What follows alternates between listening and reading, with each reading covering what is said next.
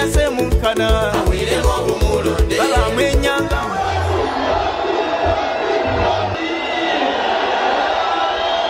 Joto la kisiasa linazidi kupanda katika taifa la Uganda wakati nchi hiyo imeingia kipindi cha kampeni kuelekea uchaguzi utakaoandaliwa Januari mwakani.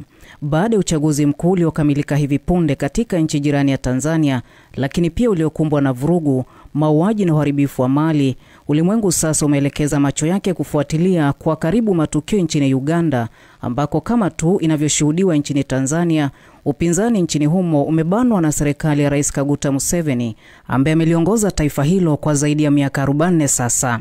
Kivumbi kinatarajiwa kati ya chama tawala cha National Resistance Movement NRM chake Rais Yoweri Museveni na kile cha National Unity Platform NUP kinachoongozwa na mwanasiasa Robert Kyagulanyi maarufu Bobi Wine. Bobi Wine amekuwa mwiba katika serikali ya Rais Kaguta Museveni licha ya kuonekana kuandamwa na vyombo vya usalama kukatizwa azma yake. Wine ameibuka kuwa mpinzani mkali wa Rais Museveni baada ya Kizza Besigye ambaye yuko korokoroni akisubiri uamuzi wa kesi inayomkabili ya kosa la uhaini. Wachambuzi wa masuala ya haki za binadamu na demokrasia wanahoji kwamba huenda uchaguzi huo hautakuwa haki kama tu ilivyoshuhudiwa nchini Tanzania, na ni hali inayotisha uthabiti wa maendeleo wa kukuza demokrasia na utawala bora barani Afrika na kuonekana kujipenyeza kwa utawala wa kidikteta miongoni mwa mataifa mengi ya kanda hii ya Afrika. Kampeni za uchaguzi huo mkuu ziling'oa nanga rasmi hapo jana Novemba 10, na kipindi cha kampeni hizo kinatarajiwa kudumu kwa majuma kadhaa kabla raia wa taifa hilo kutoa ridhaa kuongozi wa nafasi zote za kuanzia rais, wabunge, wawakilishi wa mabaraza ya wilaya na mamlaka za manispaa. Kulingana na tume ya uchaguzi nchini Uganda, jumla ya wagombea 83 wameruhusiwa kushiriki uchaguzi mkuu katika kugombea nyadhifa mbalimbali za uongozi.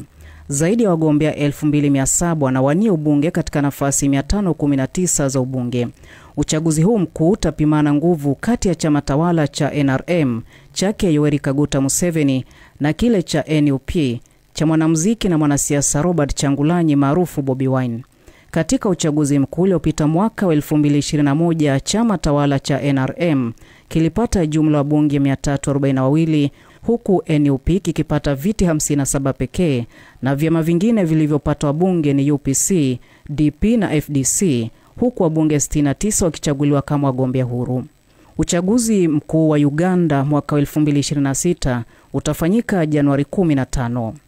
Nikiripotia Coco FM, mimi ni Janet Mumbi. Coco FM, ladha ya pwani.